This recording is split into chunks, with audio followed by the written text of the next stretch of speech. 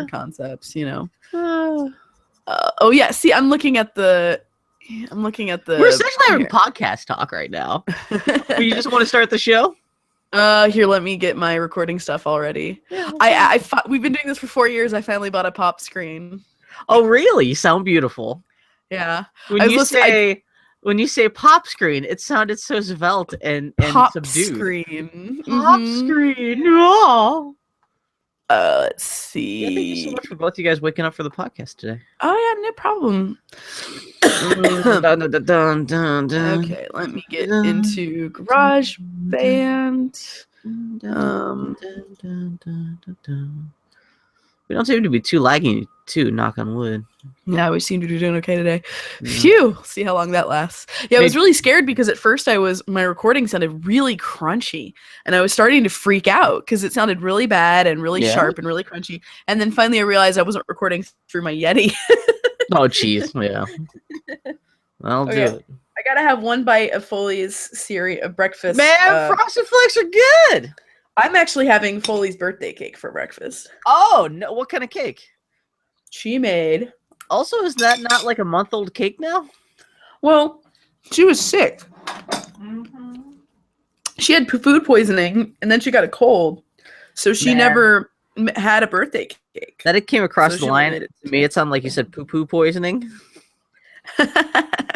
Which actually, that's a pretty great phrase, too. Poo-poo poisoning. Oh, God. What kind of cake? It is a white cake with brown fudge. Excuse me, it is a funfetti cake. Excuse me. Yeah. With black fudge frosting and fully put sprinkles on the top, too. Does it have it has the sprinkles on the inside, right? Yeah, you got it. That's the kind of cake I tricked you into tearing apart with your bare hands. It is, but that also had funfetti frosting. This has black fudge frosting. Yeah. I can't think of funfetti without thinking about your brown fudge. Chocolate fudge. Why was the word chocolate evading me there? I don't know. So good. Okay, let me drink a little more water so that I sound Take your time. Oh my God. Oh, yeah, I had to wake up. I almost slept in too. I was like, I had to get up. Like, oh my God, we're gonna record today. So nice to sleep in. I was like so snuggled up this morning. Oh, it was nice. It's just chilly enough to make it fucking good sleeping weather every night if you're all bundled up and everything. Yeah, true. It's good time for cozy blankets and cozy sheets. Man, I am so lucky I didn't get flooded out last week. That was a really good test of how well put together this basement is, that we didn't have, there was no... Man, my bedroom could have gotten destroyed last week with all that rain, but no, it turned out... Oh, man, I didn't even think about it. I'm glad you were okay. It is bone dry, yeah. Yeah, I'll let you get your shit together.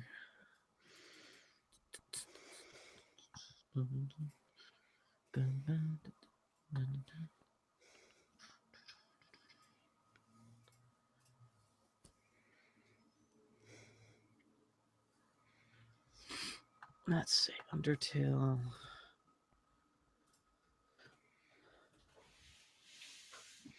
Okay, I turn off my phone, take a slug of this coffee, take a look at these Doctor Who minifigures up close. Yeah, Clara's torso, actually, just her torso. Her torso is perfect. I've been looking for one for the school marm, and the one I have, I don't like at all. Her torso would be perfect for that, so I need to add that to my wish list. Matt Smith's torso is probably too specific. Yeah.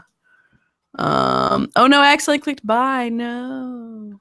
Bricklink changed their design, trying to make it slightly more accessible and slightly less circa 1998. Yeah, fucking like not even like 1990s, but like fucking DARPANET from like 1982 or something like that. Yeah, it's real bad, real bad. Lego. Yeah, I'm most curious because here I'll send you a link to the Bricklink entry. I'm most curious because I think the Peter Capaldi minifigure has unique hair. I wouldn't be surprised because he has very specific hair on the show. You could get away with giving him like the Egon, kind of like the generic like big poofy fro hair. Yeah, yeah. white guy fro hair, but like, yeah, it wouldn't. Oh yeah, that does look very specific. I haven't seen. Well, it's got weird sideburns on it too. Yeah. Yeah, yeah. It's like there have been similar hairs to like that were on like goblins for Lord of the Rings, as if they had ears. Oh yeah, yeah. And I only know because Foley actually modified one of them. She cut the ears off for a bent night, so I actually have one of those hairs on. I wonder if the inside of the TARDIS. I wonder if the core of the TARDIS, that blue part in the middle, actually lights up. It kind of looks like it's doing that on the box packaging, but who knows what it's like in real life. It seems like that'd be a tricky part to light up too. Yeah, and it seems like the sort of thing. Also, you know Lego, they love to put in big giant thing. It lights up. Exactly, yeah. So, but Bill, you can make that happen with your LED set. That is true. I gotta break that out. Man, we're essentially having to, we should just record and broadcast because we're essentially having the podcast right now. Yeah, this is true. All right, my friend, do you want to do our GarageBand syncing stuff? Yeah. Okay. Go ahead. Clap on 3. We'll hit record. Okay, so on 3 we'll hit record, and then we'll clap on. Okay, exactly. Okay. So on 3, hit record. Okay. 1, 2, 3. Okay. And then, do you want to just hold up your? I presume you don't use the clap anymore for syncing. Actually, the clap doesn't hurt, but I'm also yell something. Hey, everybody! Jibber jabber, jibber jabber, jibber jabber. Yeah, that actually helps more. Yeah, whatever. Okay, yeah.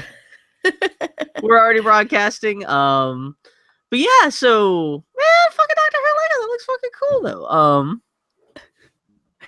Here, let's do an actual introductory thing, and then we can do. No, yeah, go ahead. Hey everybody, Merry almost holidays or mid-holidays, depending on your holidays. It's the Boy Hattie podcast. I'm Annie. I'm looking at Doctor Who Lego stuff now, thanks to Annie. So I can say that Annie got me a belated Christmas gift. Well, no, belated birthday gift that has now turned into a Christmas gift. Which, how did you pull that off? Because your birthday gift to me took some time in planning too. It's not like you just like bashed together my birthday gift. Because I'm the unfortunate soul who my birthday is only like 3 weeks before Christmas, and so I feel bad because like that kind of forces people into like double down gifts for me, which that's why I never expect birthday and or Christmas gifts from everyone, because that's asking a little bit too much. But Annie went crazy for my birthday. She gave me, it's a Lego case. Like it's like a clear display case. It's kind of shaped like a giant Lego brick that you can use to display Lego figures in. But the time and money consuming part was the fact that Annie made 2 custom minifigures of me and her, which I'm sure you had to like scour Bricklink for those parts. Bill, that's very okay. Bill, this is the truth. I'm gonna shatter your reality now. Yeah. I wanted to get you this Lego Doctor Who set because they released it like right before your birthday. And I was like, perfect. That's perfect. And I saw it for sale on my commute into work. And by the time I got into work and could actually place an order, it had sold out. Oh, no. So I was like, fuck. So I went ahead and back ordered it because sometimes they say it's unavailable when it actually is. And I was like, well, we'll see when it shows up. So I was like, oh my God, I need to get something for Bill's the actual day. Because, I'm like, I'm not going to not let that happen. So Foley, yeah. Well, I wanted to have something to give you. So we went to Bricks and Minifigures, the one here in town, and I was like, oh, and I saw the display case. And the thing is that Lego had made a minifigure display case before, but it wasn't really well made. You had to kind of like, it was really hard to put things in. You couldn't put taller minifigures in there. Oh, that's weird. Yeah. You couldn't stack them. It was bad. So this is kind of their revamped design where it's easier to open, easier to place figures in. You can put taller figures in there and you can actually stack them. So I was like, oh, I got to get that for Bill. Because like at home, I have a bespoke Lego display case for Benton because I have so damn many. I have over 100 Bentonites. But I was like, this will be perfect. Because I imagine all of Bill's dusty little minifigures. I was like, I got it. Especially now that I've got all the, I got all those Halloween minifigures. Actually, now I've got the Lego Star Wars Advent Calendar. Which it comes like a little mini basic, like a super stripped down little Lego mini kit for every day of the month of December. And so even just from that means I've got like 31. They're not only some of them are minifigures. So some of them are also like last night I built a tiny little Lego Star Destroyer. So it's not a minifigure. It's something I wouldn't put in the minifigure display case, but it is like it does still come with like there's like a Jawa and an Ewok and a Stormtrooper. So I'm still getting more and more minifigures every time I crack that thing open. And yeah, so this is like that's super appreciated. But then Annie was like, "I tried to get you the Doctor Who set, but now it's gonna show up for Christmas instead of your birthday." And I'm like, "Oh my god, Annie, you're crazy." But yeah, I hate to bring it to you, Bill, but I made those minifigures of you and me using parts that I have anyway. Yeah, but still, they're Ben parts. They're parts that could have been used for other figures. You still made a sacrifice, is all I'm saying. You're very sweet, my friend. I did give you my one and only light brown beard. Yeah, you mentioned that on Twitter, and I was like, that is a sacrifice from Andy. That's a genuine sacrifice. You know how I feel about beards and Lego. That's a real bloodletting right there. Yeah. So no, it's really appreciated. Yeah. And so Andy, right before we start recording, let me know that I guess the Lego Doctor Who set's supposed to be arriving sometime this week, and yeah, we'll do a little gift exchange next time I see you, Andy. But that's super fucking cool. But I could totally see Andy's been checking out the minifigures that come with the Doctor Who set to see if there's anything that's Benton appropriate. And actually, all three of them, I could see you could like take all three of them and do something kind of Benton with them. Yeah, I'm most intrigued by Clara's torso, but we'll see how. Really, because that's the one that looks the most modern. I disagree. The cut of the excuse me, the cut of the 11th Doctor's jacket is way too modern, way too modern. And the 12th Doctor's almost, but that purple is a little too blingy. Yeah, I like Clara's torso would be perfect because I have Benton has a school teacher, and I've been trying to find the right torso for her, which is funny because she's a school teacher on the show. Oh, is she? Yeah. I vaguely remember that from the one episode I saw with her. Well, for the first season, she showed up. She kept on showing up at all these different time periods. So, like, one time she was like a bar wench, another time she was like a fucking Dracula or something like that. But they finally I saw the one where she's the governess or whatever, or something like she was like an old timey governess. But there was a whole some kind of timey wimey shit. But they eventually settled down and made her a modern day school teacher smack dab in the middle of London. So, and that's essentially her school teacher outfit. That's funny that you kind of picked up on that. Not that she necessarily looks like a school teacher, but it's funny that you were thinking about using her as cannibalizing her. Man, I can give you Claire. That's fine. No. I will do not. I'm going to I just wanted to see her in person and make the final analysis. And then I'm gonna buy it on fucking Bricklink. I'm one of the few people in the whole world who actually kind of doesn't hate Clara actually on the TV show, so I wouldn't mind having a minifigure of her. Yeah, exactly, Bill. Don't you even joke about cannibalizing this. Yeah, because Clara, she actually just left the show like 2 weeks ago too, so this is completely time appropriate. Oh man, they must be kicking themselves because now they could have like a new campaign. Yeah. This set's already outdated because like the week the set came out, Clara left the show. Anyway, yeah. So how you doing? That's a big bad world of manufacturing, my friend. At least they didn't. They kind of spoiler for Doctor Who. They kind of killed her, but they kind of didn't. It was really weird. But I feel bad for that actress. She got slagged because everyone hates her character, but the actress who played Claire, she put so much energy into that role. And if you ever go back and watch Doctor Who, you might want to watch some Clara stuff just to see more of, because like the actress was really good. But yeah, I liked the little bit I saw of her in. She was really game for that goddamn show. But yeah, so. Hey Bill, what else you been up to this week, my friend? Man, what you been up to this week? What's up with you? Literally, all I do is play Fallout. That's all I do. Still nothing else. Well, dude, I'm like 176 hours into that game. It is also December. It's nesting time. It's also like if you find like a comforting thing to do, this is a good time to burrow down and just do that and nothing else. I almost bought Rise of the Tomb Raider this week because I was like, but you would have been the first person to do that. But I'm enjoying my time with Fallout so much. I'm like, I'm gonna buy this and play 5 minutes of it, and then think, what's my tin can husband doing in Fallout, and then go play that instead. There's a Microsoft store downtown Portland. If you go down there, you'll be the first person to buy a copy, and they'll finally have a chance to like drop the balloons and bring out the parade. Like, yeah, we sold our first copy of Tomb Raider. Like, yeah, boo boo boo. Which is a shame because I saw that it was getting pretty good reviews. Yeah, no, everyone says it's really good. It's just, just got totally usurped by fucking Fallout. So you did beat Fallout, though. Well, I mean, I finished the main story of Fallout. You beat Fallout, but saying that's beating Fallout is like saying, it's like saying you finished the never-ending story. It's like if you eat if you have like a dinner and you just eat the entree and you're like, oh, that's it. It's like, no, you're having steak and potatoes. There's a shit ton of potatoes. So Bill, how many hours? I maybe like 100 and I'm in like I'm at 6 days and 20 hours. Yeah. Okay. And but I only have like 2/3 of the map explored, if that. I bet you it's probably less than that. Well, did I tell you about how I found out that the PlayStation 4 counts any time spent in rest mode counts as playtime?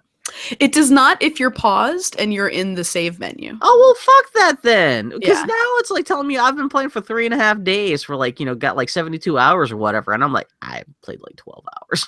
Yeah, it's just not when you're in the save menu, and I'm always in the save menu when I set into rest mode. No, okay. I know what else. Oh yeah, I forgot about the ultimate holiday that's happening this week. It's Star Wars. I am surprised that the world has not been as obnoxious as I figured it would be. Well, you don't go onto Twitter. If you're online social media, that's been I don't go onto Twitter. That's right. How's it been in the rest of the world? In the rest of the world, it's been surprisingly quiet, is what I'm saying. And Bill, all I do is sit on Twitter all day. Well, you follow good Twitter. You're not following nerd Twitter literally every day where I'm on Twitter. Yeah, sure. Everyone, especially this weekend, because this is the last couple free days that most people have before Star Wars comes out. So it seems like everyone in the world is doing a rewatch of the Star Wars movies. Or at least it's funny because most people are talking about how they're rewatching all 3 Star Wars movies. And I just love the phrasing there when it's totally just, they're not even thinking about the prequel stuff. They're like, yeah, all 3 Star Wars movies. So that stuff's happening. What else did I do? Oh, I just finally finished almost the only thing in terms of media I've ingested in the last month. I barely talked about this on the show, but I mentioned that a little bit about this a couple weeks ago, but I got the new Apple TV, and the Apple TV has this channel called Pluto, which is just aggregates YouTube, like online video content. Really? And they have a Mystery Science Theater channel, which just shows nothing but Mystery Science Theater 3000 episodes uploaded by the official Mystery Science Theater 3000 channel. And so with the Kickstarter going on and everything like that for the last month for Mystery Science Theater 3000, that's kind of been the only thing I've really been watching. If I've had the TV on, I've kind of just defaulted to that. And so I have watched a metric fuck ton of Mystery Science Theater 3000 in the last month. The nice thing too is, I'm not just rewatching old episodes I saw like 20 years ago. Because half the stuff they're showing is Mike Nelson stuff with Pearl Forrester, and that's the stuff I really hadn't even watched until about a month ago when I watched a couple Pearl Forrester episodes for my other podcast, tardypartypodcast.com. Hey, you said it right. I think so. At this point, I'll say it wrong just to drive Daniel crazy. But it's funny that I just decided to pick some Pearl Forrester episodes of Mystery Science Theater 3000 for our podcast a month ago, because that was like 2 weeks before they announced the Kickstarter was going to happen, before they launched this, and before I got this Pluto TV. And so now I've watched a quadrillion Mike Nelson Pearl Forrester episodes of Mystery Science Theater episodes, which I'd never seen before. So a lot of this stuff is new to me. So that was kind of fun to watch.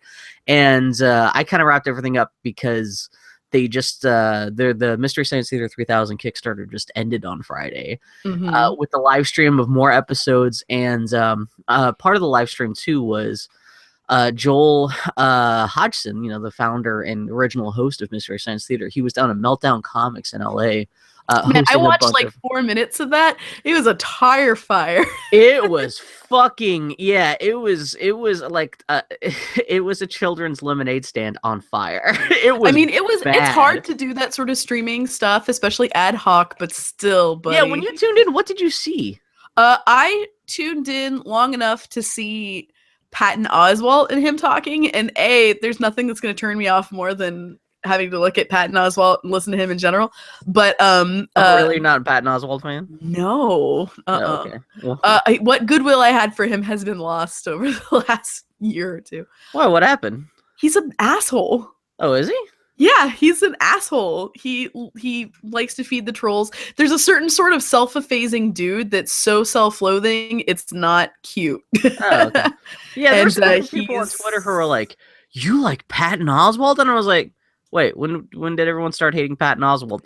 I have no idea what's happened, but it just seems to be this assumed thing of like everyone hating Patton Oswalt now, and no one's been able to articulate exactly why I should hate him, but okay. He's just been an open dick in a couple of recent things where it's like, dude, log off, like that sort of shit. Well, I don't follow him on Twitter, so if it's been some like Twitter kerfuffles and online kerfuffles, I haven't seen any of that stuff. And like he was enormously rude to this one woman during a comedy show he did, so that was kind of was the start of the end for me. Anyway, their mics were off and scratchy, and it was really it sounded like there was some kind of interference happening where it sounded like the ocean kept on rolling in while they were trying to record, and they kept on trying to like even basic problems like trying to cut away to other clips. The clips wouldn't roll, or if the pre-recorded clips, they were showing clips from the old Mystery Science Theater 3000 episodes, and even like when those clips from those old episodes were airing, suddenly the mic feed from inside the Meltdown Comics studio would kick in and kind of override the sound of the clips that you're supposed to be watching, and all just kinds of like. Yeah, the funny thing is the live stream went on for 6 hours, and it never got better throughout the whole course of the 6 hours. It just kept on like getting all fucked up to the point half the entertainment was just watching to see how bad the live stream kept on continued to be. But that was still fun. It was funny because I actually thought Patton Oswalt was kind of like the highlight of the whole live stream because he was riffing off of people's Twitter questions and stuff like that. But yeah, I had no idea he was a tire fire of a bad person now. I'll say he's a controversial figure at this point. Okay. They did announce. Was it that Ernie Klein, who wrote Ready Player One, is also going to be one of the writers on the new show? It was kind of conflicting. Like a lot of people going, "Oh man, I love Mystery Science Theater 3000," but half the people that are getting involved with this are just like, ugh. Yeah, so I saw a lot of people reacting to those announcements this week. Also, like they announced a bunch of random people who are supposed to have cameos on the show, which there's like Jerry Seinfeld and other people were like, why? What did they have to do with Mystery Science Theater 3000? Or I don't know. It's we'll see what happens. But they did raise like a shitload of money though. So yeah, they raised like 7.6 million, was it, or was it 8.4 with their off Kickstarter? It wasn't that much. They did raise. They barely beat Veronica Mars as the most well-funded like video like media thing. Yeah, they raised. I think it's like 6 million and change. Yeah, enough that they needed 5.9 million for 13 episodes. For 12 episodes. And then they bumped it up to like 6 million to get like 13 episodes. Essentially, the 13th episode was going to be like a Turkey Day special, Christmas holiday special for next Thanksgiving. And then they were like, well, like we beat that too. Whatever else we get now for like the last like half hour of the Kickstarter and of the live stream, we'll just put towards. We'll make a 14th episode. We'll just keep on adding more episodes, more money people throw at us. So yeah, they got like just a hair over 6 million, and yeah, so they've got 14 episodes lined up. Which yeah, people are still complaining about like why would it cost $6 million to create 13 episodes of like the cheapest looking show in TV history, but they did a good breakdown. It's a Kickstarter. Like, people love to complain about Kickstarters. That's like the internet's #1 hobby is not understanding how money works. They were very good at planning that Kickstarter in terms of like rolling out new rewards, like literally like every 2 days they were coming out like, okay, we've added this. There's a new tier for this. We got these celebrities over here. Joel Hodgson obviously spent a lot of time and effort putting together that Kickstarter. And even at the show, the live stream, even though it kind of was falling apart the whole time it was going on at Meltdown Comics, you could totally see Joel running around trying to keep all the plates spinning, to the point that they had, who's the lady who voices the best character on Steven Universe? The lady from Garfunkel and Oates. She voices the donut lady. Sadie? She was singing a song from Mystery Science Theater 3000, and she was like had like a little card that she was presenting Joel Hodgson, and in the middle of presenting her card to Joel Hodgson, she was like, "Oh yeah, we just you guys just crossed your goal for like 13 episodes. You finally like your Kickstarter is technically now complete." And this had happened like minutes earlier, but Joel Hodgson hadn't heard about it, and he was suddenly like, "Wait, what? Oh my god!" He was so like, "Oh, this is great." He was so busy like watching the live stream, trying to make sure the live stream wasn't falling apart. He wasn't paying attention to how much money they earned, and he was all like super happy. It was just a very cute moment. It's cute. I like that dude. Yeah. My favorite observation for the night was a friend of the podcast, Kelly Nelson, was saying how she was on the live stream, and at some point everyone's freaking out, and someone commented, "Hey guys, relax. It's just a show." Oh yeah. But yeah, what else are you gonna say about the whole thing? So that happened, and I can finally watch something that's not Mystery Science Theater 3000 now. Now that the Kickstarter is over, I can break free of watching the final sacrifice for the 10th time. What else did I do? Not much. Like you, like there's not much going on. There's such a quiet. This is the other thing I did this week. I don't know if I mentioned this last week or went into detail, but for my birthday, Dylan got me the annotated Little Women book. This is part of that series of annotated children's books. They have like the annotated Wizard of Oz and all kinds of stuff. And I was reading that. That's a good fucking book. Not just because it's Little Women, because I've freaked out about Little Women on the podcast before. But I can't. Did I talk about this last week? Maybe I thought about this enough this week that it feels like I've already talked about it. But whoever put this book together, they wrote this great preface, a very lengthy preface too, just talking about like what sets Little Women apart from other children's books, and also just children's books of that time and everything like that. And they do a really good job of articulating why I like Little Women so much. I'm reading this preface going, yes. That is why I like this little story.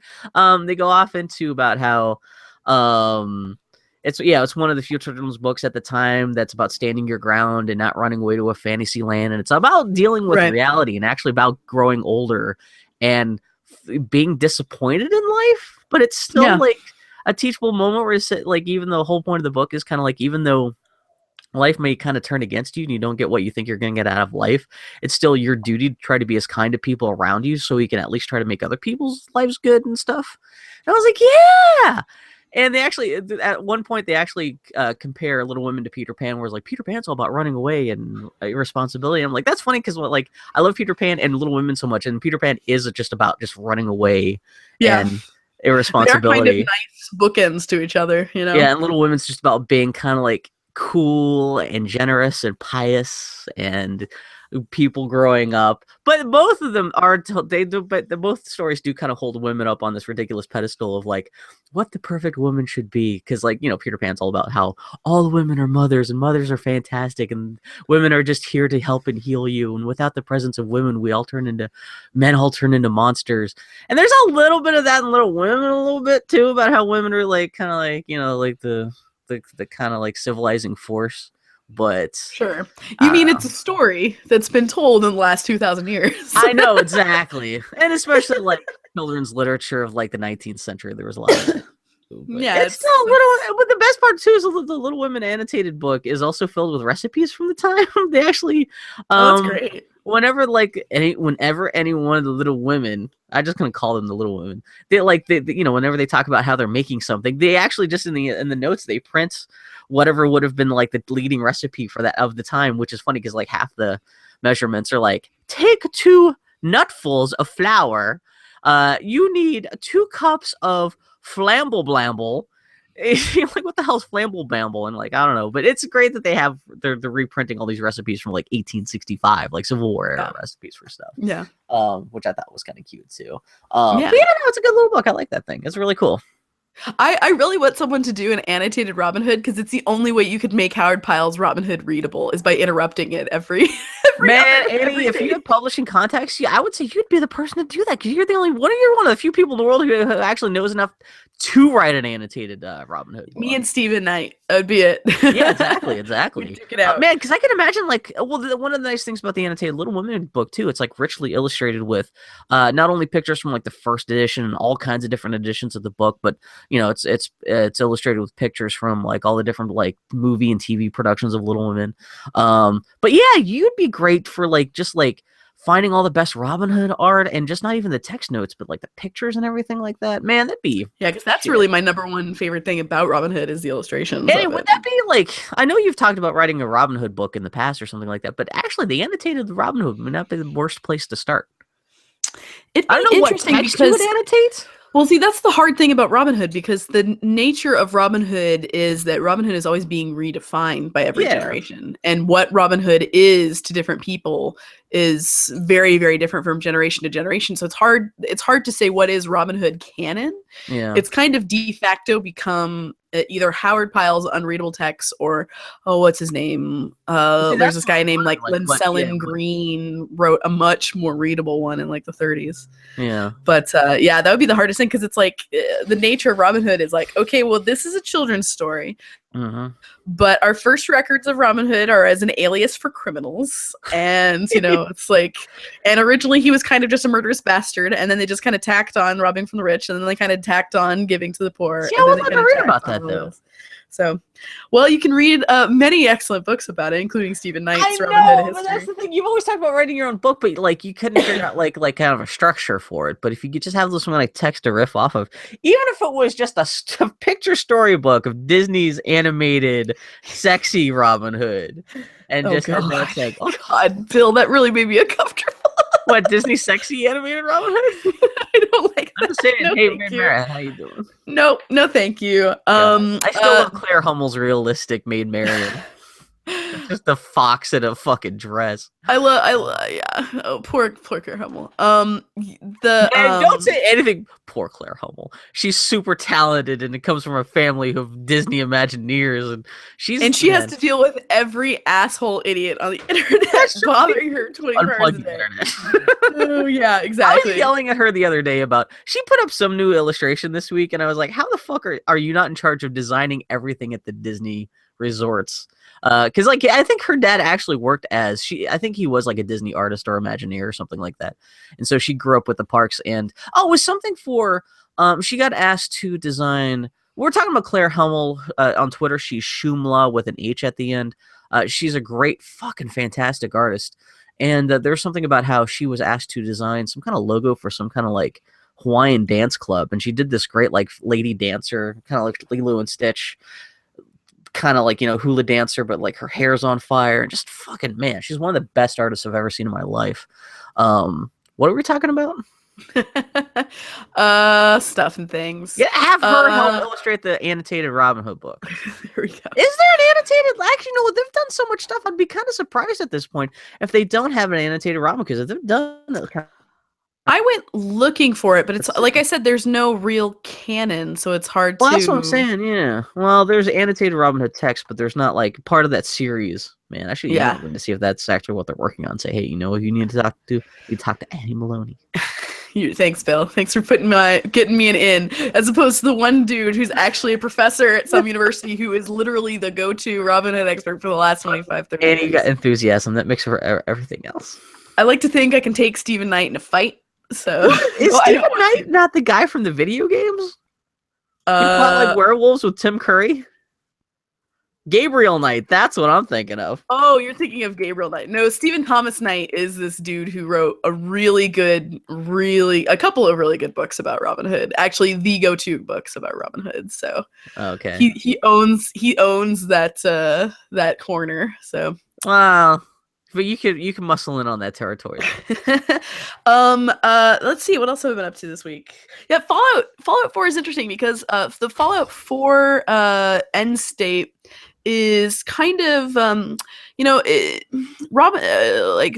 thing that's interesting about Fallout 4 is that the Fallout games are not so much have never been who cares about the story. They're all games that are about the journey. And what's really interesting is that Fallout 4 is, I feel like, the Bethesda, rightfully so, the story doesn't want to upset the apple cart of the status quo of the world, which is for the best, because really that's always been one of the weaker parts of a Bethesda game, is when the status quo changes, there are all these assets in the world that refer to the status quo. Like, for example, when you choose whatever side at the end of Skyrim, like, you still have people at the end bitching about the other side. Yeah, and I guess when I talk about this, might be slightly spoilerific for the end of the game, even though we're not going to talk about story specifics. But yeah, I'm just gonna I can be pretty oblique. I mean, every game ends, and the whole nature of endings is that things change. And I'm just saying, I'm pretty impressed with Fallout 4 because it's the game that's the least interested in change, because they know that ultimately this game is not about this linear narrative as much as it is about your experiences in the moment. It's about coming across a Deathclaw in the night and finding a cave full of synths and Well, it is interesting because it's like video games like this. You always have this like you are saving the world kind of story, and at the end, like you'll do something that is supposedly, at least on paper, supposed to do something that's supposed to change the world, but mechanically, like you can't like revise the whole world to take that into consideration. So things are still kind of static, and so it's kind of, even though like you can be the hero of the wasteland, you've done this amazing thing. Like, I don't even know what the end of the Fallout 4, but, like, that's how Fallout 3... Well, that's, like, how all video games work. Like, you've saved the world, you've destroyed this thing, but nothing has really changed in the world because we can't go back and suddenly, like, just rewrite everything. Just because, Yeah. But so I'm kind of proud of them for leaning into that, because really that's benefits them best. If You're for no other reason, for not even trying. Well, no, because I mean, it's better to just lean into that reality than to try to have it. Like, as I hated that about Skyrim, that like for me the world had changed and it had changed for no one else. Yeah. It felt awful. It really kind of spoiled the whole experience for me. So I would much rather them lean into that than try to deviate from it. Which is funny because you were talking about, had you beaten the game last week? I can't remember. I think you did. Or at least you were getting close. I was getting to the end there. And right after we recorded last week, I found it like on NeoGAF. There was a video that was being passed around a lot about this guy talking about. This guy's a big Fallout fan, but he was talking about how Fallout 4 is a great game, but not necessarily a great Fallout game. Oh God, you linked that to me, and I was like, Bill, did you just send me a 41-minute YouTube video? I thought it was interesting. It was funny because like I haven't played much of the game, but I was kind of curious to see, because everyone was linking this around. Everyone was kind of in agreement that this guy was pretty kind of right.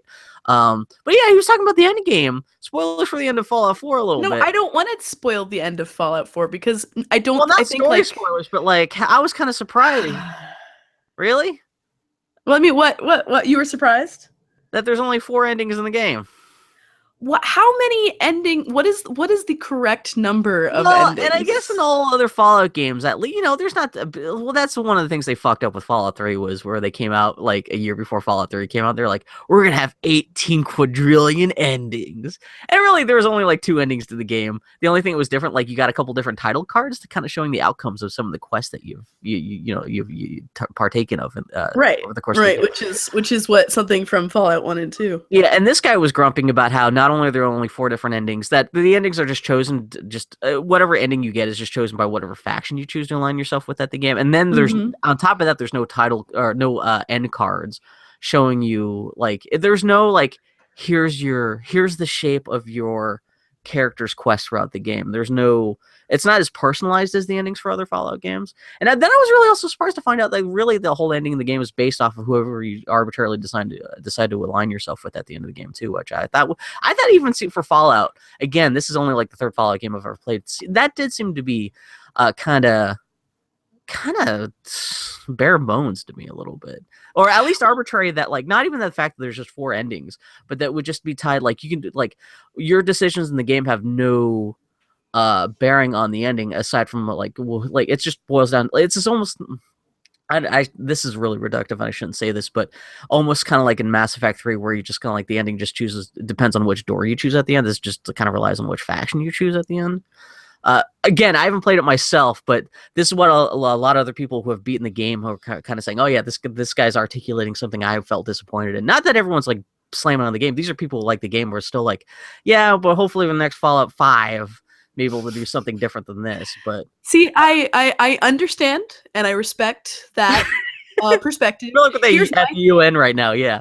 I'm going to observe this. Okay. All these people who have this opinion are really boring to have sex with. Okay, that's, yeah. Because about this, to see how you felt about that. If you think that the only part of sex that matters is the part where you ejaculate, boy, howdy, you are really not fun to have sex with. Okay. Because that's kind of the perspective that it boils down to, is that, and this is something that I have struggled with games over the years, and I've had to kind of recalibrate how how you process games, because I don't think that games, I can count, I cannot think of many games that have a really good ending, like that have a really, really good ending. Like if you held a gun to my head and say, Annie, what is the best ending of any video game? I remember being impressed by video game endings, but I cannot think of a one. Mhm. And a big part of that is that who cares about the ending? Like the ending is I don't know. is There have been some completion. amazing video game endings out there. I guess that's really more of a personality litmus test than anything else. But I mean, but my point is like the best part of Fallout has never been when it's over, when it's done. That's not, and especially with the endings, when you say, oh, they're linear, they're like not.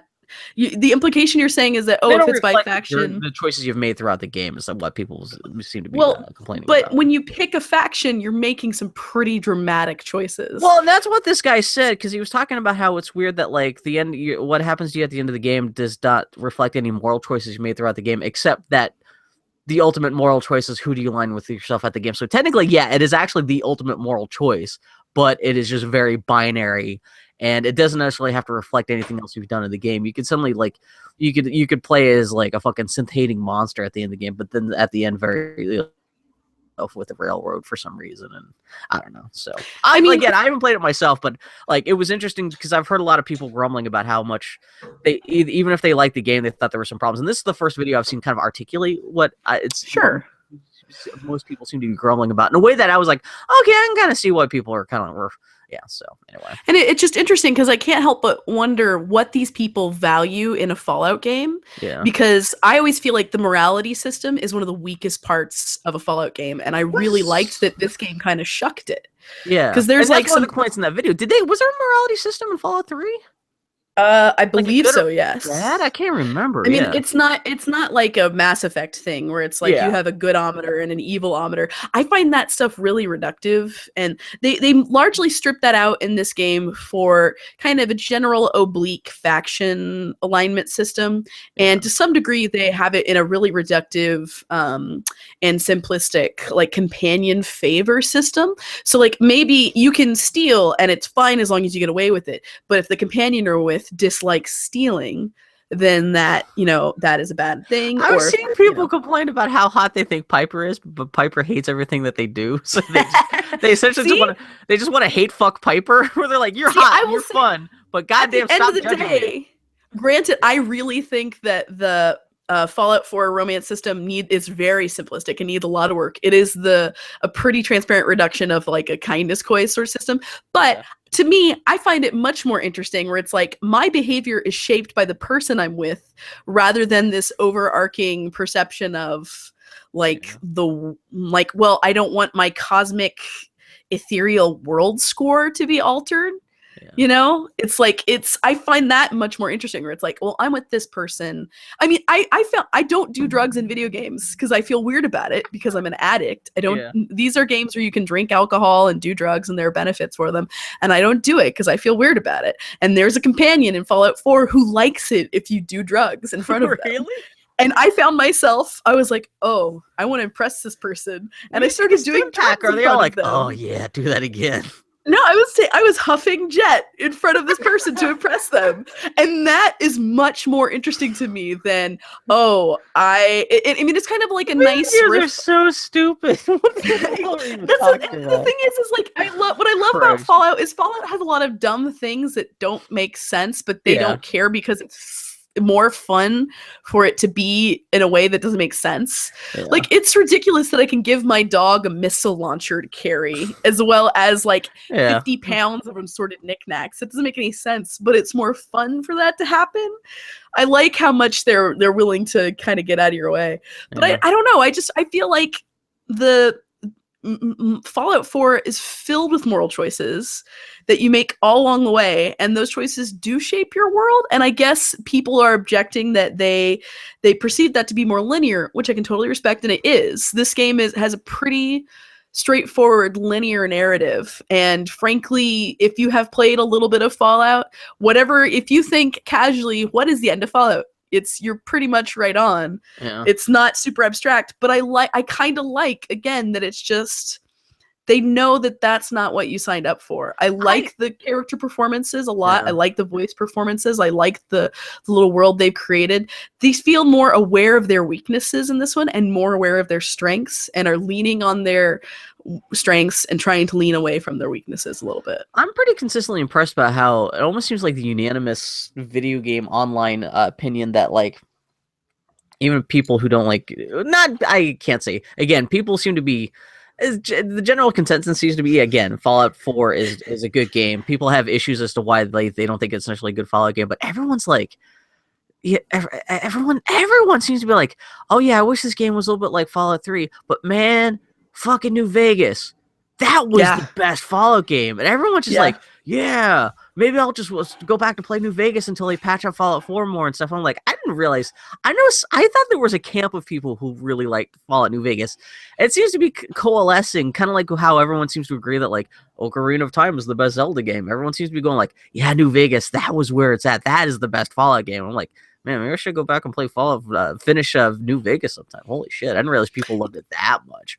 New Vegas is the shit, and the reason why New Vegas you're like, yeah, they're right, yeah, but I agree. I think it's correct. And the thing that makes New Vegas really, really good is that it's not necessarily it is both a really good Fallout game and a really bad Fallout game. And I say that in that it is very focused. It is enormously focused, and that is its strength.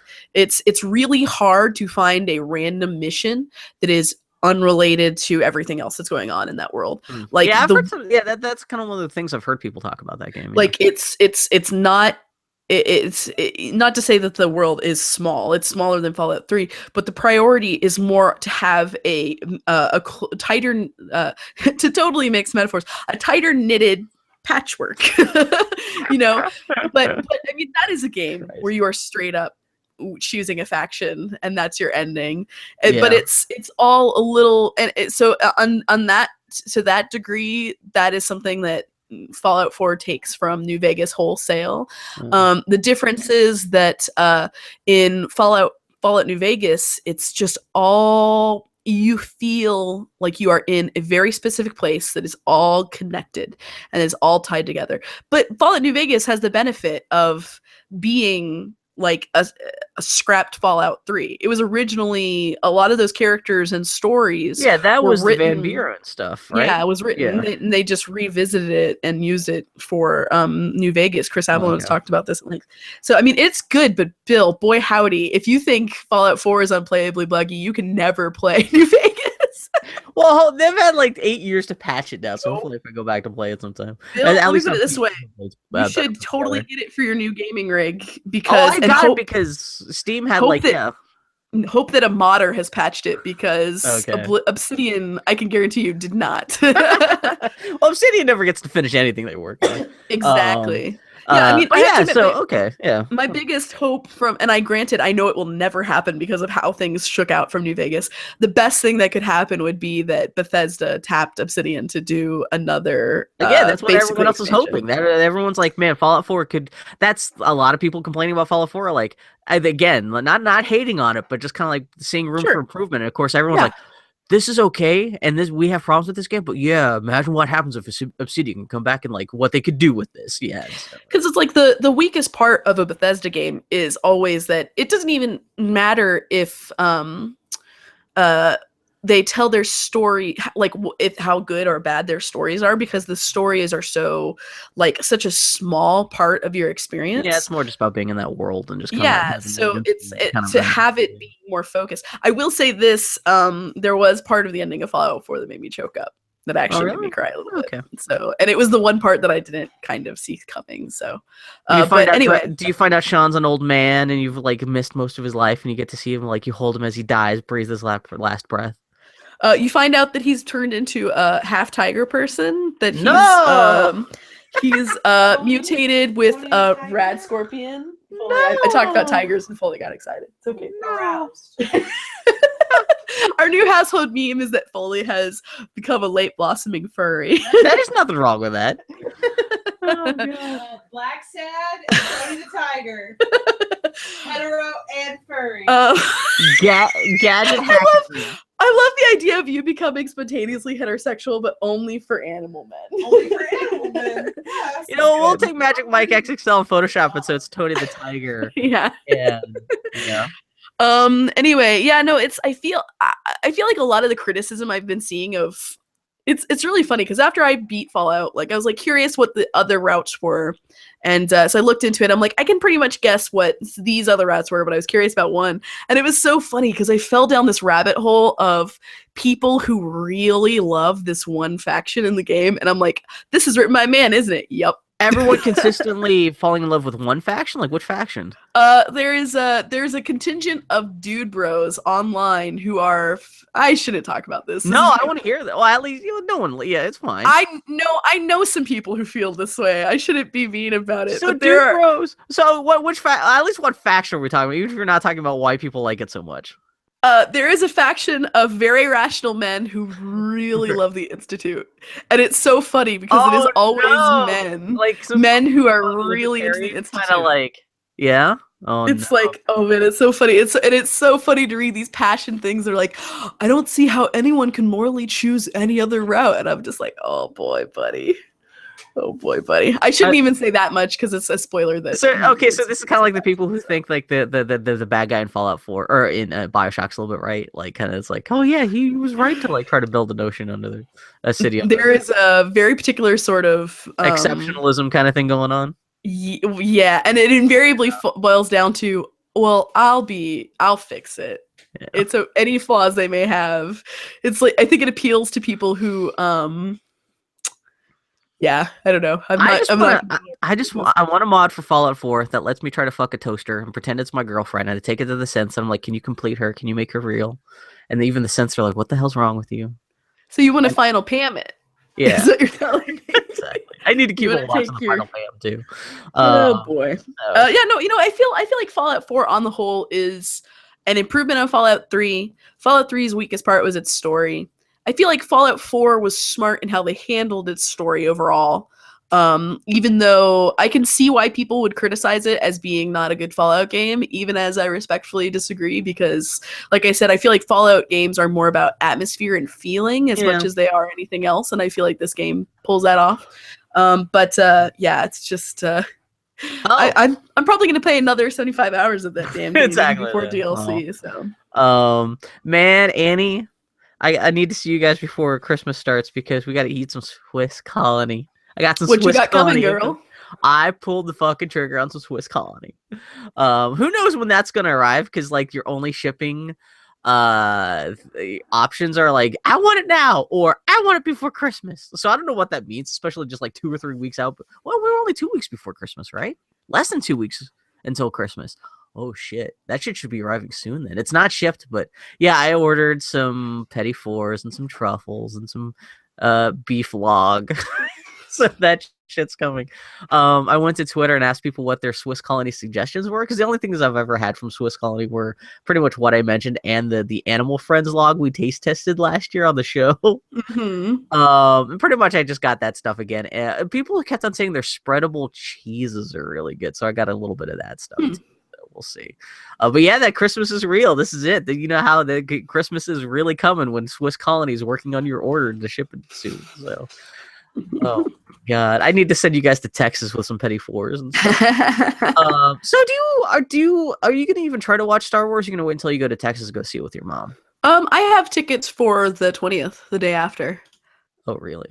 Wait, the 20th? That's like 2 days after. Oh yeah, whatever. Yeah, I have tickets for the Saturday after it comes out. Oh, that should be pretty good then. You should have a good. Is it like Saturday night? No, I'm going in the morning. I'm not gonna fucking pay. Like, and I'm gonna go to a matinee showing in the morning, and hopefully there will be just me and like a few parents or something, and maybe a grandma. That's probably not gonna happen. But okay, that sounds like better that than messing with the opening night crowds.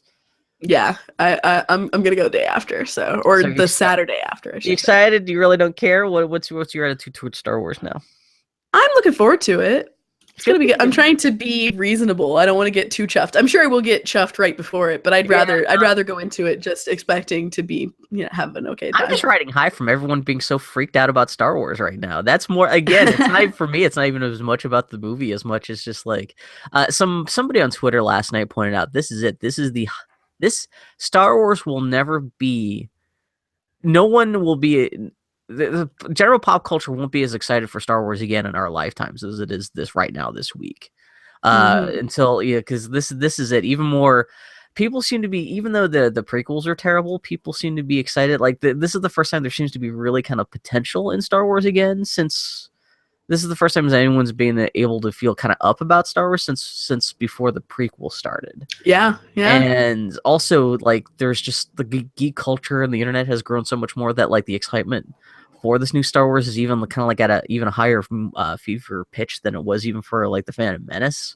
And this is kind of it. No, like aside from this, no one, the world won't be ever excited again as much for Star Wars as it is right now, which is kind of a funny thing to think. Which, you know, it is just like this Disney produced piece of mass produced pop culture. So it's weird to kind of get to wax. I don't even call it nostalgic, but be all kind of like about it. But it is kind of like me. I don't know. I'm excited that so many other people are excited, and that so many people who haven't watched Star Wars in years, like on Twitter this weekend, everyone's like, "Yeah, I'm watching. I guess I'll rewatch the Star Wars movie for the first time in 15 years." And it's that like it's not just hardcore Star Wars nerds, but like normal people are all hyped up for Star Wars now, or at least like getting, you know, renewed interest in Star Wars. So who knows? The movie could be terrible. We'll all be talking about it next weekend, I'm sure. But I don't know. The anticipation right now is actually pretty sweet. Yeah. It's nice to be excited about things, and it's nice to have a shared excitement about things. You know? And also the fact that it's happening right at Christmas seems extra kind of fun too. I mean, Star Wars, at least for me, always been such a Christmassy thing anyway, because, you know, Christmas toys and stuff like that. And this is a very unique thing because you will never get another Star Wars movies like this, like right before Christmas too. So even that's kind of like because like we get Christmas. We get new Star Wars one week, and we get Christmas the next, and we get New Year's after that. It's like perfect bang, bang, bang of holidays. It's going to be fucking good. I feel sad for poor Tina Fey and Amy Poehler because their new movie comes out on Star Wars Day. Oh, really? Really? Yeah, Sisters comes out on Star Wars Day. Oh. I may go see Sisters opening night. Yeah, seriously. Yeah, if you show up to the theater on Saturday afternoon, you go, oh, fuck these people. You just sneak into the Sisters showing, yeah. Oh, man. Which is funny because, you know, Tina Fey being a Star Wars fan, she's probably the first person to say, like, oh, yeah, maybe we should go see Star Wars, but then go see Sisters afterwards. Yeah, they actually, it's funny you should say that because they did release a video that is basically summed up by that. It's a very clearly a spoof of the interviews with the cast of Star Wars about their feelings on it. Both Tina Fey and Amy Poehler inexplicably have a British accent throughout it. Man, I remember right before the Phantom Menace came out, it was like the first sequel to Austin Powers. Their big trailer was, if you see any movie this summer, go see Star Wars. But if you see a second movie, go see Austin Powers. So I thought that was kind of cute. So. Oh my God! So that's I guess that's our what we did this week. That's our thing, podcast. Friends. We're gonna take a little break. We'll be back for the Geek Week in review. Oh. Cool. You need to take an actual break?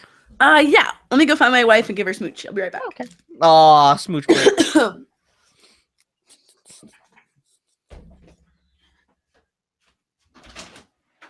Where's your face?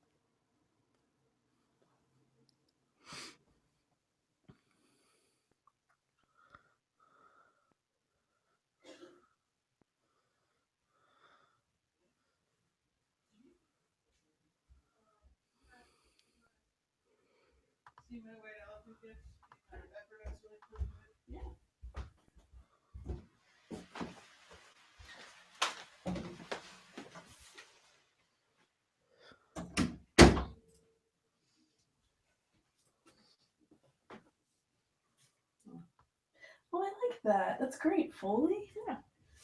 Yeah. I really like that. That's beautiful. That's really nice. It's interesting to see you do that digitally. I don't think I've seen you do that before.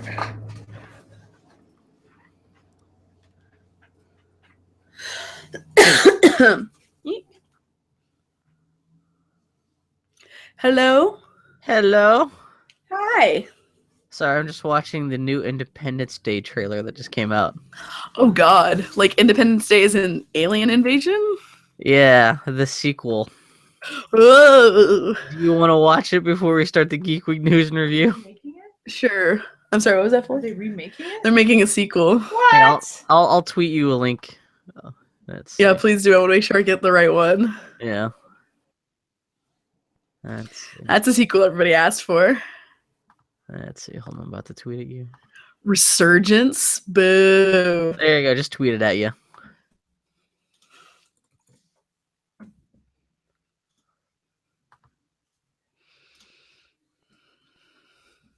Video is private. What? Oh, I just literally just watched it. Oh, they must have locked it down. Here, let me see.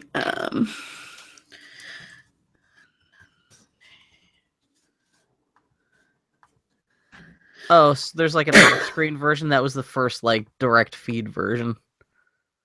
This video has been removed by user. Oh no. This video is private. Weird. Yeah, they Let's must see. have just taken it down. Yeah, because I literally just finished here. I don't know. Like I said, this is more for podcast talk, but I just sent you a second link to it, like an off-screen version.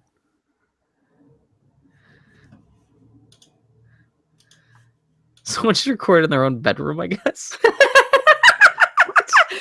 Oh boy.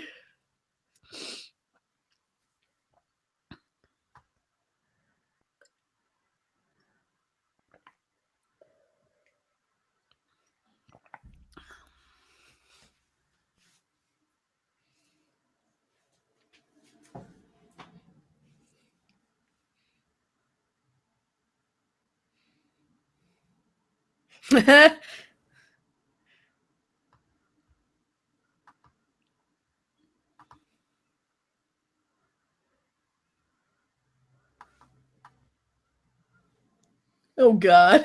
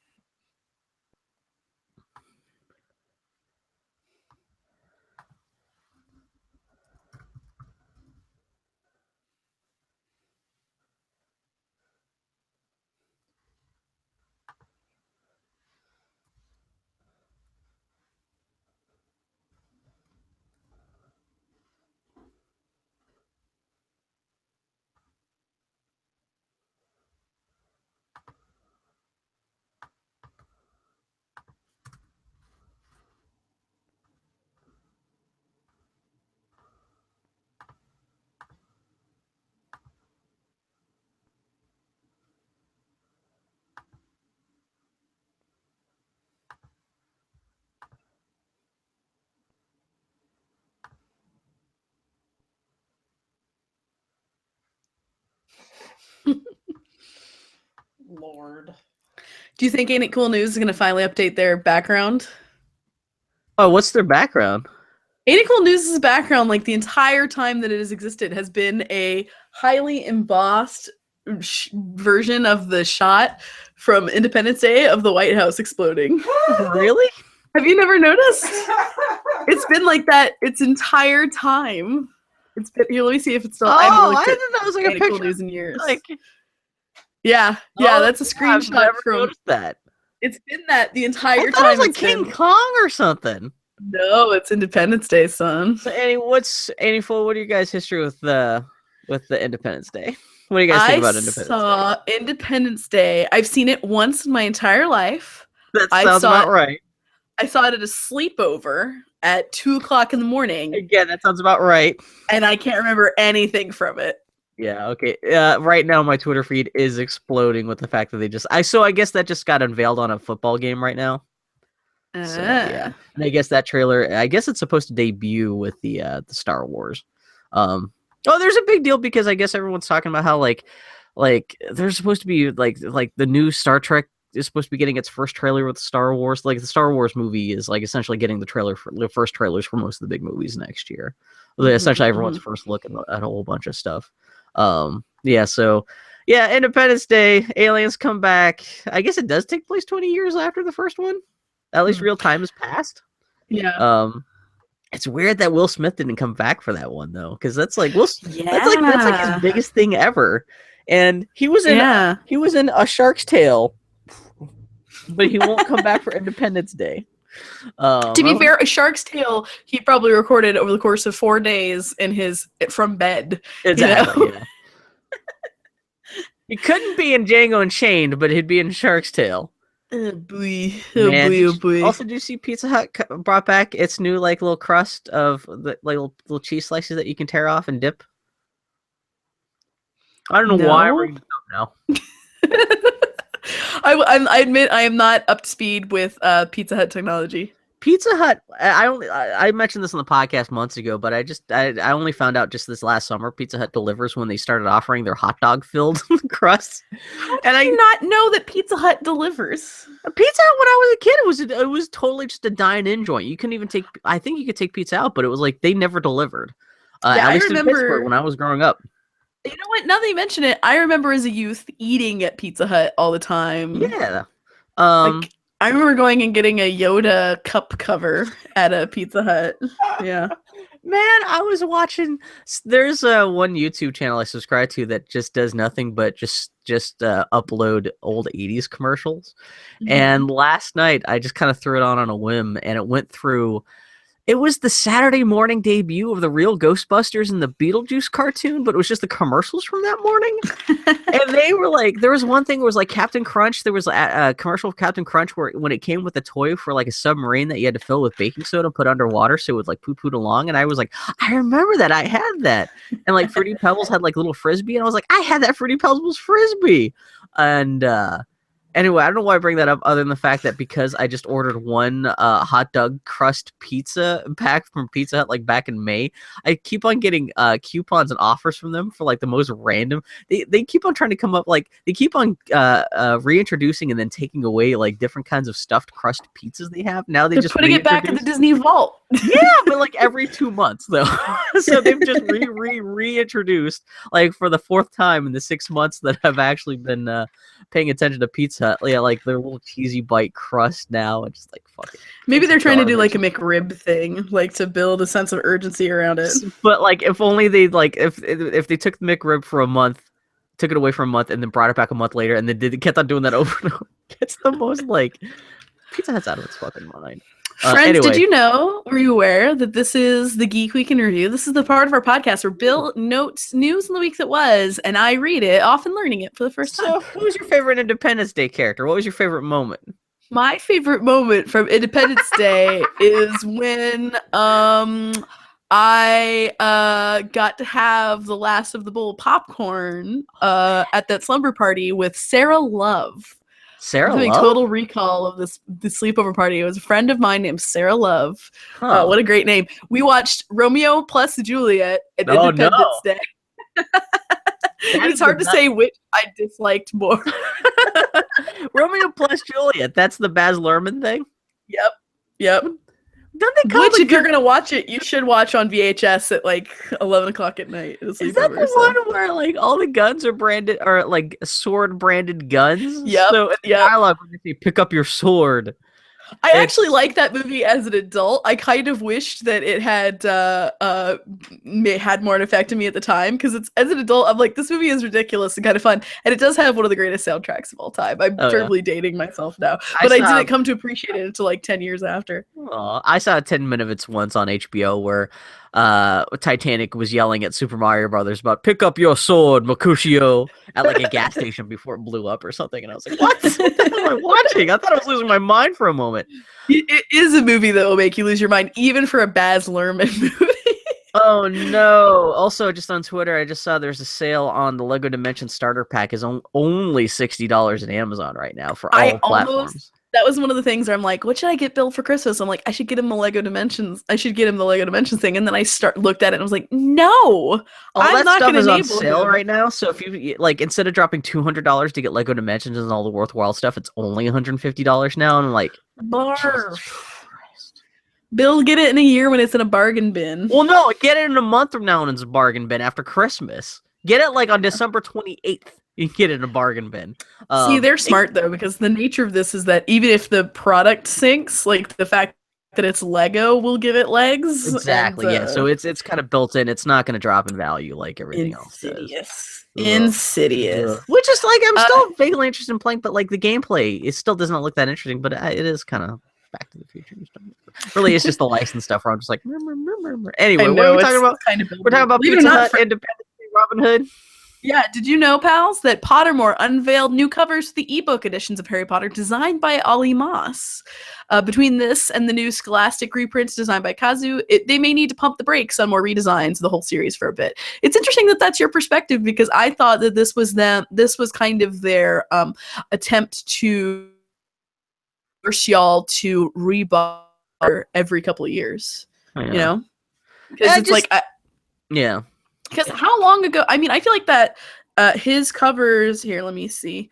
Was like a couple of years ago. Kazu's? Was it? Yeah. I thought they were still coming out. Let's see. Kazu Potter.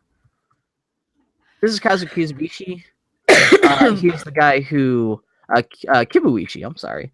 Yeah, I guess maybe that was a couple years ago that he redesigned all the covers for Scholastic. I know they also came out with Let's just say, how else are you going to rebuy Harry Potter? Like a book you've already bought maybe twice. And I know earlier this fall, they introduced a new version, the illustrated Harry Potter, where every page has an illustration. Again, this is like Scholastic hard book. Well, I guess this is Bloomsbury's slightly different edition, and then on top of that, they just announced, for Pottermore, this is for the ebook editions. Yeah, Ollie Moss designed a bunch of covers. I mean, it reminds me a lot of Charles Dickens.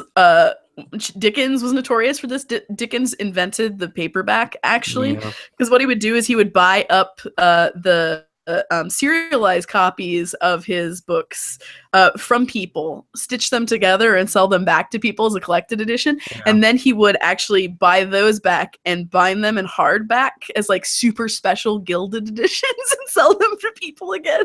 I'm like, great. Charles Dickens would approve of all this. This is good. Well, that's the thing. He wrote such huge books. It took him a bazillion years to write his book, so he had to make money some way between books. So it made sense. He just had to keep on republishing and like coming out with new editions of everything. And it is Harry Potter. I mean, that is like probably the most popular book series ever made, and so it makes sense that publisher would try, you're not just going to sit on it, you're going to want to keep on putting it out over and over again.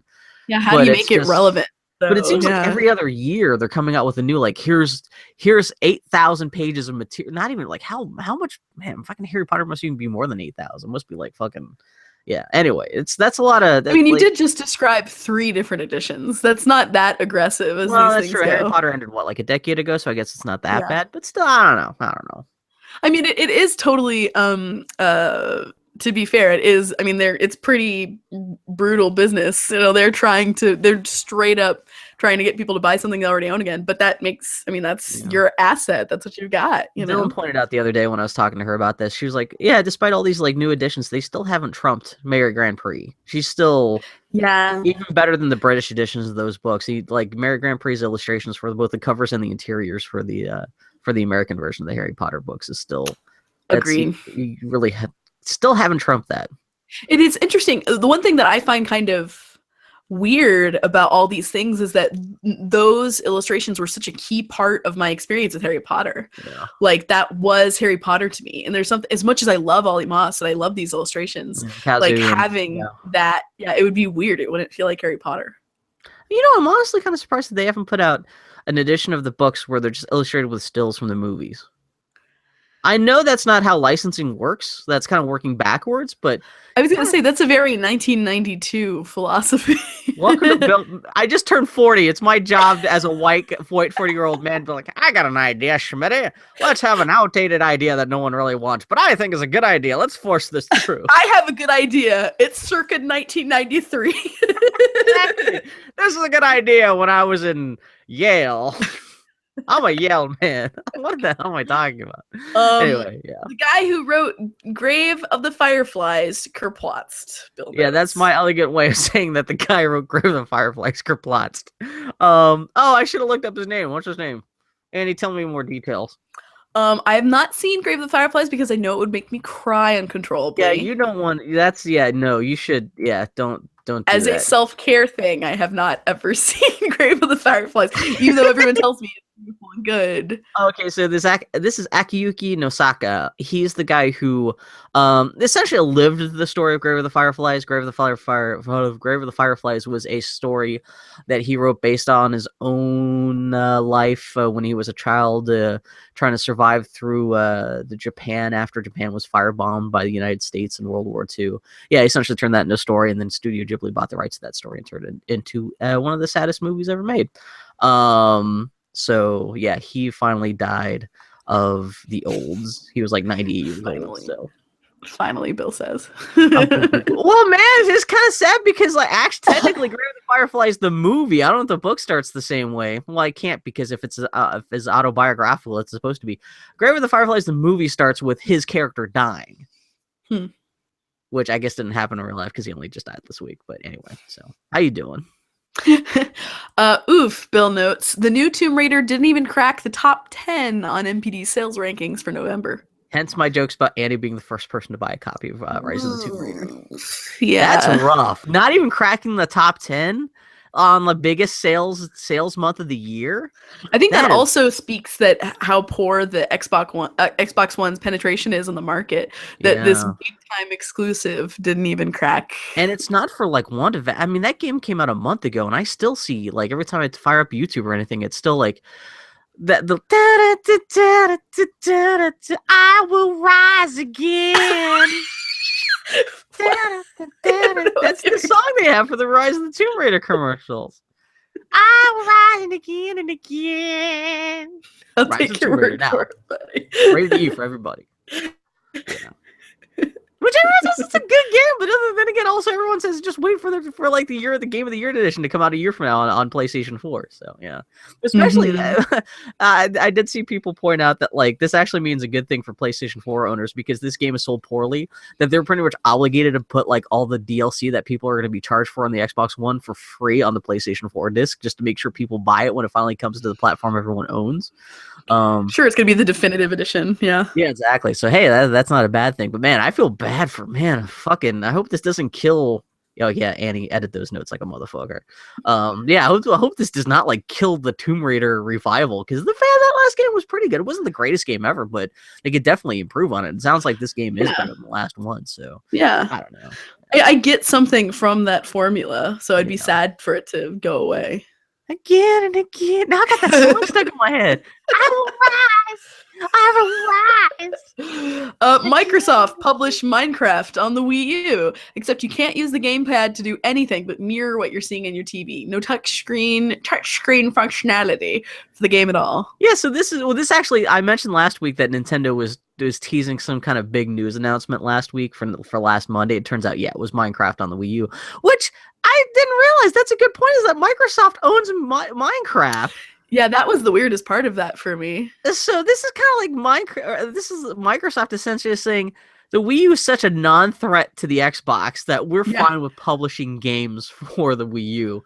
We stand to make money by selling Minecraft on the Wii U, even though it's a competing system. Because as badly as the Xbox One is selling, the Wii U is selling so far less. It's not even a blip on our radar. It's not even a threat.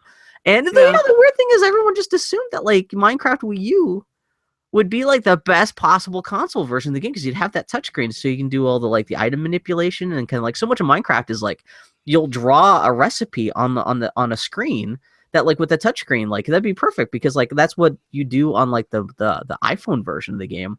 It's like if you want to make a pickaxe, you go to the crafting screen, you essentially draw a pickaxe in wooden blocks and you make a pickaxe, and and like just like dragging and dropping stuff. And this like Minecraft is such an inventory heavy game. It totally makes sense that the gamepad would make Minecraft on the Wii U the best console version by default. But yeah, I think there you just hit upon it. What investment does Microsoft have in making the Wii U Minecraft experience the best one? They said that there's possibility in the future they may update the game, but it was not even like a confirmed like we will do this. It was just like, we'll see what happens. So I mean, if you think about it, like the Wii U and its, let's be generous, 100,000 users in the US, like, is it worth it investing that much time and energy in like improving a port beyond just porting it? Yeah. You know, I can see why that's deeply upsetting. It really is kind of we got your money, so what else do we have to do kind of thing. Yeah. Yeah, I mean, it feels like their agenda is to get Minecraft on every console possible, and that's pretty much it. They're not going to go above and beyond. Having said that, though that is a very cynical reaction to that, I'm really sad for all my Minecraft loving bros who are probably heartbroken by this. Especially little kids. I feel bad for, God forbid you're a little kid who the only console you have access to is Wii U. But although then again, if you probably have a fucking smartphone that plays, I was about to you're say, probably playing Minecraft on 1,000 other things. I would be flabbergasted if there is a child in this world whose family has a Wii U and does not have an iPad. That would be truly some Tiny Tim shit. I like how today's modern Tiny Tim isn't crippled. It's just the kid, your only access to Minecraft is on the Wii U. That's like the saddest thing you can ever wish upon a kid these days. Oh man. A new Nintendo patent for a controller with a touch screen that covers the entire surface of the controller, essentially an iPhone with handles. Did you see the pictures of this patent design? No.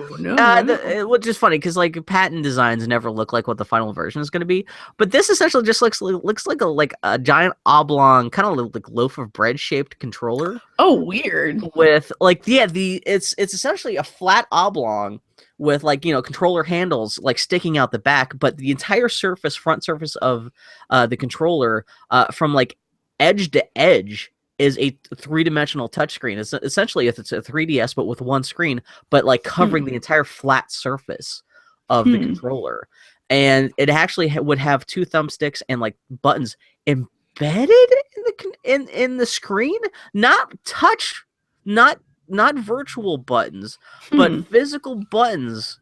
Like imagine like it really is just like take an iPhone, put handles on the back so you can grip it, and then pierce through the plastic of the screen two thumbsticks and a couple like, you know, like four surface buttons. So like in between the buttons you still have like bits of screen that you can touch and manipulate, even though it's like it's a really kind of a weird idea. Yeah, it's very strange. Yeah, so they registered the patent 6 months ago. It just got published this week, and it sounds like we're going to be hearing more about what the NX is. I would be surprised if we don't hear it by November. More details about some like the NX will probably be first. Like concrete details will probably be leaked by the Japanese newspapers early next spring, and they'll be forced to announce more. Nintendo will probably have to come out and say, okay, yeah.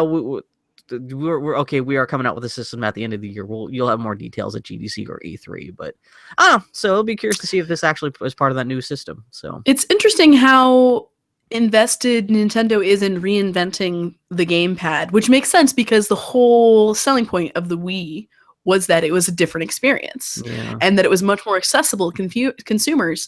And it's interesting to see them chase that in a different way. But I feel like, you know, it's interesting when you create something that's not a controller and it's not a touch screen. When you invent something new, then it's just like a whole new learning curve. So it's not accessible to hardcore, and it's not accessible necessarily to a consumer. It's just as inaccessible as a standard controller is. It's like I feel like people are pursuing this golden ideal of what is a controller that is that is like extreme enough for hardcore fans and also accessible to new consumers. It's like I feel like it's like the Steam controller thing all over again. Yeah. Where it's like I can see why you maybe in a like a very controlled environment would think that this is an improvement, but is it actually accessible? Which is, you're never really, unless there's a radical shift in video game technology in the next couple of years, like at least within like the next decade, you're not going to design a one size fits all controller for all audiences for all games. Exactly. Games are such a broad thing now. Is now more than ever, where you can't have. You need multiple different devices for different games. That's why you can't create a console that can like play any and all games that has like a universal controller that suits all games perfectly. Because you have everything from super keyboard mouse heavy simulation games and first person shooters to like super light and fluffy Neko Itsumi touchscreen iPhone games to like now we're getting virtual reality shit, and you still have the motion sense, you know, the motion control stuff that's still left over. It's it's a good thing that video games are so broad. You can't just encapsulate everything with a single controller. But at the same time, yeah, it's kind of like this. We'll see. We'll see if this is actually a real thing. We'll see what it looks like in real life. But yeah, the patent illustration looked clumsy as hell. Just because it really is. Instead of Nintendo saying, "Okay, fine, fuck it, we'll make games for console stuff or for mobile stuff," it's like, what if we made it for mobile, but it had bits. But like, what if a phone fucked a normal controller and had bits of a normal controller like mixed in with like a touch? I don't know. It's got like 1 foot in one realm of gaming and 1 foot in another, and it seems to be exactly. made It's like trying to be a master none sort of thing, you know? Yeah. So we'll see what happens, especially since it sounds like if this does become a real thing, this may not be its own own device into itself. It still may interact with some kind of console thing that will hook up to the TV. So who knows what's going to happen? So. Yeah, it's interesting because like Nintendo can't win the console race as the best console. They have to do something else. Well, especially with this, like, if they do come with the NX next year, that's another console they're coming out with that is like in the middle of another console generation. So like by default, they can't really compete with the other consoles. Yeah, because they're not like, it's we'll see what happens. Yeah, Nintendo is like so off on its weird little island that it's always difficult to discern whether or not their next movie is going to be a stroke of genius or them running into a brick wall. And I don't think or just a stroke. Or exactly, who's sitting in a chair going, yeah, yeah. Anyway, oh boy. Actually, I added this because Bill didn't. So Assassin's Creed Syndicate has been talking about some DLC for a while, and the one that they were most trumpeting when the game was first revealed is in an attempt to sell their season pass was they're going to have Jack the Ripper DLC. And there is nothing, how can I phrase this? One of my favorite things about Assassin's Creed Syndicate, and I mentioned this on the podcast, is that it didn't really touch, I'll put it obliquely, the problems of being a woman in the world. Like, they didn't deal with prostitution. They didn't deal with sexual assault. You had a female character who was treated, you had a female character who was treated as a peer, and they didn't really other her or anything. Like, these were all the things that I really enjoyed in Assassin's Creed Syndicate.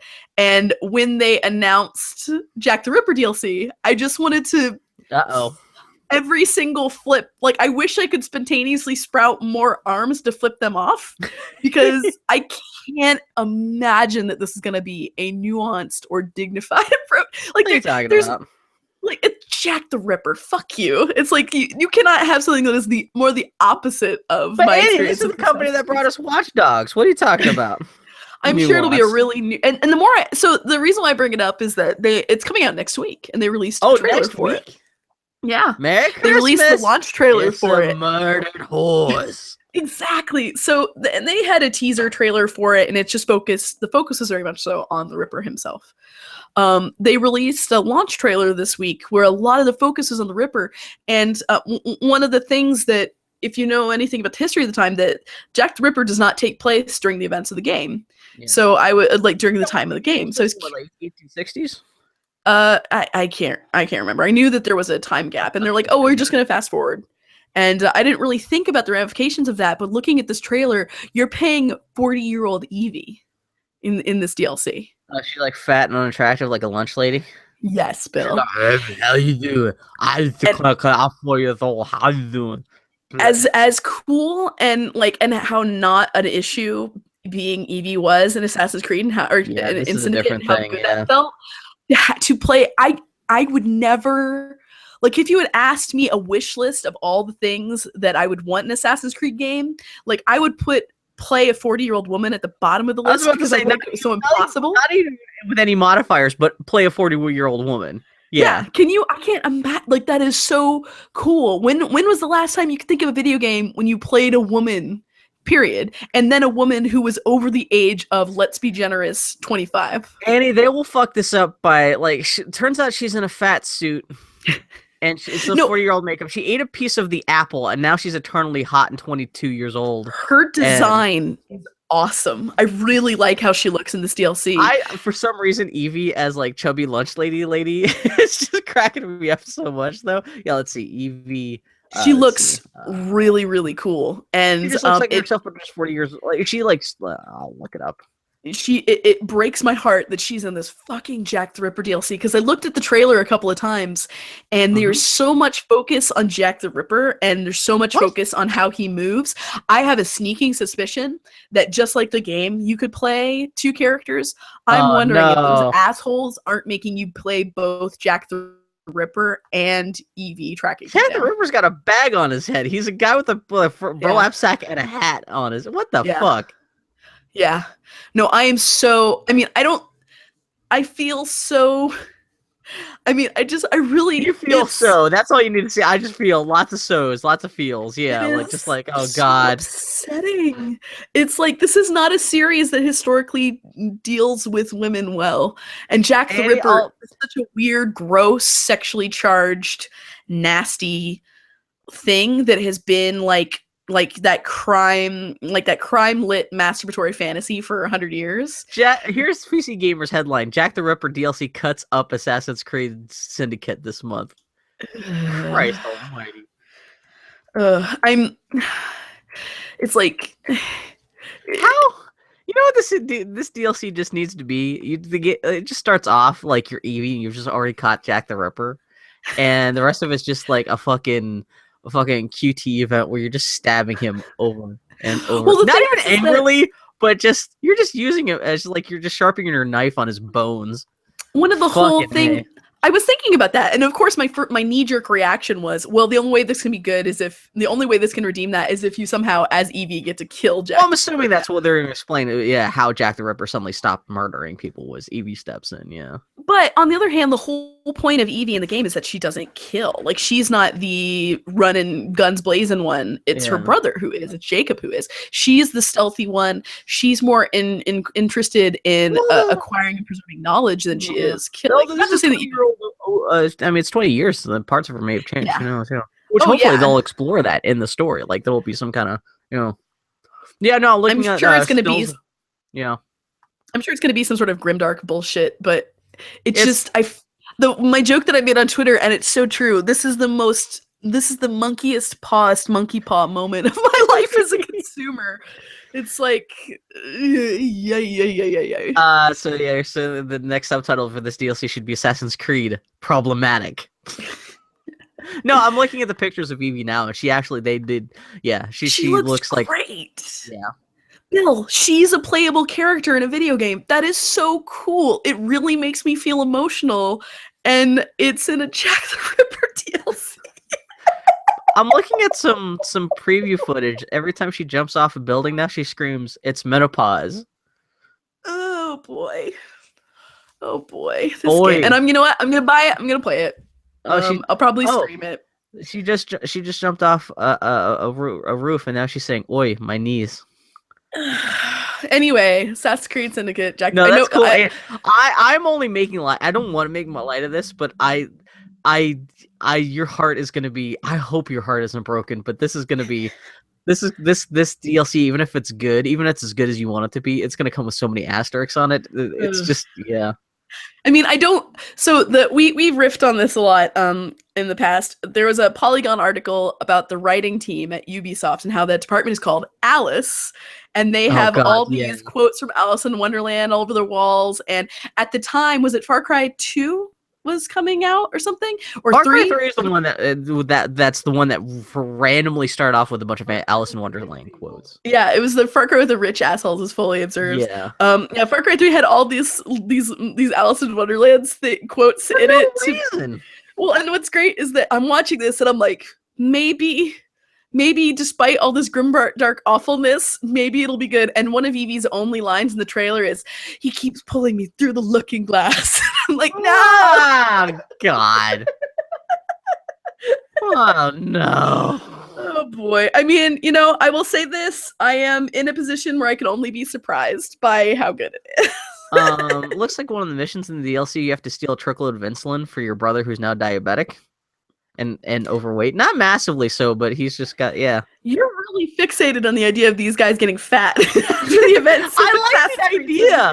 Well, I love the idea of revisiting characters that are 20 years older now and have to be real people and can't be young, sexy action stars. I like the idea that like the world would shift to like they actually have to do like more like, oh, we need to go get insurance, or like we have to like You know, I don't know. Like real. I would 100% believe that Jacob 20 years from now has terrible gout and is just home with his foot up all day and can't actually do it. It's that would be very, very in character. Anyway, let's continue. Did you know that now Idris Elba may be playing Roland in the Dark Tower? Whatchamacallit? Annie, tell me about this. Roland is the cowboy guy, right? He's the protagonist. Yeah, he is the I'm sorry, I just got texted a message from somebody. Yeah, he is the cowboy protagonist of the whole Dark Tower series, and technically Stephen King's entire his entire book world, Roland is kind of like the main hero. And a lot of people are upset because in the books he's described essentially as being Clint Eastwood from the Man with No Name books. But now it sounds like the people threatening to make this movie are threatening to hire Idris Elba to play this character, which would be great. And of course, people are like, "Oh, he's a white guy. Why are you going to cast Idris Elba? We're going to get a movie." It's totally the James Bond bullshit. And then even Stephen King came out this week and said, "I don't care as long as he takes care of his quartet, which is his little gang of people who help him. As long as like it doesn't matter what he does, as long as as long as he fits the character, it doesn't matter what he looks like. I never." It's fine if he doesn't look like Clint Eastwood. It's okay. So, but of course, there's fans out there going, "Arr! These movies are going to be terrible." Roland being a black guy is going to be the least problematic parts of any of these movies, if they ever get made, which they're not. So this is all just wishing on a head of a pin at this point. But now I really want them to cast Scott Eastwood because he looks like his dad, and he is such a bad actor. That's what I wouldn't. Yeah, if they're gonna make like a fucking made for Lifetime TV movie of the Dark Tower stuff, which the Dark Tower stuff is also terrible. Having Scott Eastwood play Roland would not be like that. Would be in keeping with the source material. But yeah, so this sounds like it would be Idris Elba versus Matthew McConaughey as Randall Flagg. So we'll see. Yeah, so Idris Elba though, I'd be kind of curious to see what he looks like in all dressed up as a fucked up like Idris Elba as a cowboy is the only way you could get me to watch a Dark Tower thing. Because like he also needs to get his fingers get bitten off, and he needs to lose his mind because a friend of his dies in one universe but is still alive in the other, and his mind can't reconcile. Like. Idris Elba could give good crazy. Yeah, exactly. He could do that real well. Yeah. Which the only thing that kind of concerns me too is if he takes this Roland thing. I wonder if that would keep him from playing James Bond if they ever actually offer it to him. So who knows? Dude's too old to play James Bond. They need a young dude. They need to cast somebody who's that is the thing about it's not James. It's not about Elba being black as much. Isn't he already at least as old, if not older than Daniel Craig? Let's see. Idris Elba is 43. Yeah, and Daniel Craig is 47. It's still he's essentially one movie behind him in terms of yeah. Even if he made just 3 James Bond movies, he would be in his mid 50s and that's like when that's as old as Daniel or Roger Moore was, who was the oldest James Bond. He's too old. That's sad. Here's the next piece of the Geek Week review that I totally understand the context of. Bill notes in all caps, "Protect your neck, Martin Shkreli." So you may have heard about this Martin. I guess his name is Shkreli, last name. He's the butthole. He's the head of that AIDS medicine company. He's a pharma asshole. Yeah, I like that. I just did a search for him, and one of the suggested images is a picture of him where his neck has been photoshopped into a ball sack. People pointed out that if they ever make a movie about this guy, they need to get what's his name, Joe Latruglio from Brooklyn Nine-Nine to play him. Yes, this would be true. Which is actually completely accurate. So this is the guy who decided to increase the cost of his AIDS medication by 3,000% because he was like, "Oh, you got to make a profit somehow." This story mixes with a little backstory. The Wu-Tang Clan earlier this year announced that they were going to release an album. They were only going to release one copy of this album, and they were going to sell it for $1 million. And they weren't going to make any other copies of this album. It would just be that one copy, and they were going to sell it for $1 bazillion. I don't know if they were selling it for charity or what, but there was a big thing like supposedly that even within the Wu-Tang Clan there were a couple guys saying, what the hell are we doing? Why are we just making one copy of this one album that we're spending all year working on? So they sold the album to an undisclosed buyer. The buyer came out this week. Turns out it's this Martin Shkreli guy, this total piece of shit, which everyone's like, oh man, that sucks. And it's Wu-Tang Clan because everyone loves Wu-Tang Clan. But the Wu-Tang Clan did point out that in the contract that this guy signed for this one Wu-Tang album, that the Wu-Tang Clan does reserve the right to try to steal the album back. And I did see this. Or Bill Murray is allowed to try to steal the album back. Because they're best friends with like Bill Murray too. So who knows what's gonna happen here. This whole thing just sounds like some kind of weird like marketing wet dream or some kind of, I don't know. It just, yeah. So, but AIDS guy has the Wu-Tang album. Someone needs to steal it back. It is really weird. And lastly, today is the 30th anniversary of the release of a very important piece of motion picture history, and Bill includes an animated GIF in our notes, which makes for really good radio, of the flames, as in flames, on the sides of my face. Yes, and it's today, the 30th anniversary of Clue. Yeah, Clue came out on December 13th, 1985, to almost entirely empty theaters. You know what's really upsetting about Clue, though? It only has 4 endings. This is true. This is true. And you can only, depending which theater you line yourself. I mean, your choices barely matter, really. No, hey, you know what? At least when you pop in Clue in your Blu-ray player, at least it works. This is true. This is very true. Imagine a version of Clue where suddenly characters just disappear right out of the scene, and you have to go looking for them to see if they come back. Oh man, buddy, I can only imagine you playing. I really want you to play New Vegas real bad, just because I feel like it's gonna put Fallout 4 in a lot of perspective. No, Clue is. I hope to God everybody listening has seen Clue. Clue is the definition of a movie where you hear like this is an adaptation of a dumb thing, and you're like, "There's no way that can be good," and it is actually amazing. Yeah. John Landis was one of the writers. It's good shit.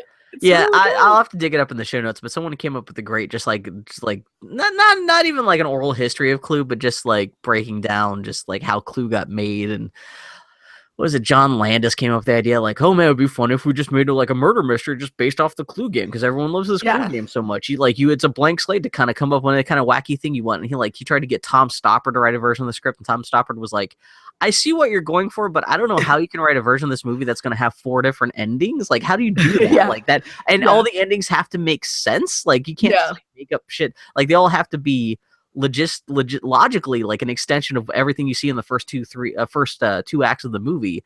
But then John Landis found this random guy from England who was like, that's a really good idea. I love murder mystery stuff. I will write the script for you. And then he wrote the script, and then it took the guy long enough to write the script that John Landis could no longer direct the movie. So John Landis is like, do you want to direct the movie too? And he was like, yeah, I like this. I wrote this. I will direct the movie too. And he made it, and no one saw it, and that kind of murdered his film career. You know what? If you're gonna have one movie, Clue is not a bad one. Yeah, Clue. Man, Eileen Brennan and Madeline Kahn are so good in that movie. It's fucking delicious. Even the characters and how they fit, like their character name. Like Eileen Brennan is such a perfect Mrs. Peacock, where she got like peacock flowers and like her little feathers in her hair, and just like fucking Michael McKean is so good. That, you know what, this movie does have one of my favorite lines in the history of the world. One of the endings is I think it's Michael McKean, who's like, they asked him like, what are you gonna do now? And he's like, I'm gonna go home and fuck my wife. That's the last line of the movie. He says that in flash frames and cuts to credits. That's how the movie ends, which is so like, especially because he's like the one like really kind of like neurotic, like nerdy guy throughout the whole movie. It turns out he's an act, and just so like good. God, fucking the whole movie. Yeah, Tim Curry is the butler. Tim Curry is so good. Yeah, Christopher Lloyd is great in it. I guess on the most recent season of Community, they started introducing a lot of the characters' parents, and the character of Britta, they introduced her parents, who are played by Martin Mull, and who's the sexy lady in this movie? That's not Madeline Kahn, Mrs. Mrs. Purple. Wait, who's the kind of Oh, Miss Scarlet. Yeah, Scarlet. Yeah, it's those two. Essentially, it's a nod to Clue. For some reason, they decided to cast Colonel Mustard and Scarlet in as her parents on Community this year. So it's that movie. Yeah, no, it's goddamn cute. It's so funny because in my mind, I always when I was growing up, I always confused Clue and Murder by Death. Yeah, because which Murder by Death is good too. It's not. It's funny though because you watch it and you think in your mind's eye, you're like, which is going to hold up better? It's going to be Murder by Death, right? But it's not. It's totally Clue. Clue is much better than. I think Murder by Death also has like Eileen Brennan too. It does also have Eileen Brennan. It shares some DNA with. And it's another idea of like a comic murder mystery made like in the 80s. Yeah, and the difference is that Murder by Death is riffing on detectives, like famous detectives. So you have your knockoff Sam Spade, you have your knockoff Nick and Nora. And it's just dumb. Also, it's set in the 50s, so there's a lot of communism, kind of like hysteria stuff baked into the plot, and it's kind of like makes fun of a lot of that stuff, and just. Clue they love to make themed Clue sets. I wonder if there is a Clue the movie themed Clue set out there. How do they not do? Because that is like Clue the movie makes Clue the game. Like, but I've never seen that. That's a really good point. I mean, I guess you'd have to get the likeness rights for all the actors and stuff. And maybe kind of an expensive set to put together. Although 30 years after the fact, you'd think that everyone would appreciate the extra paycheck. But oh my god, yeah, that movie and fucking. Yeah, Madeline Kahn. Holy shit in that movie. Yeah, it's so good. The movie's so good. Oh, Clue. Clue. Beautiful. Well, friends, this was the Boy Howdy podcast. Please stop listening and go watch Clue. We'll be back. Watch Clue while you're standing in line for Star Wars. Exactly. We're Boy Howdy Podcast on Twitter. BoyHowdyPodcast.com is our website. We will talk to y'all next week about maybe Star Wars. If we can survive this week. Holy shit. Yeah, we'll see how things go. But we'll talk to you soon, friends. Okay, take care, guys. Use the Force. Something. Star Wars quote. Family Guy. This is what it sounds like in the Family Guy room. I'm gonna try to see Star Wars next week. That's Wait, is that a quote? Is that a reference? That was an alley-oop. I'm trying to. No, never mind. You could say that I could do or do not.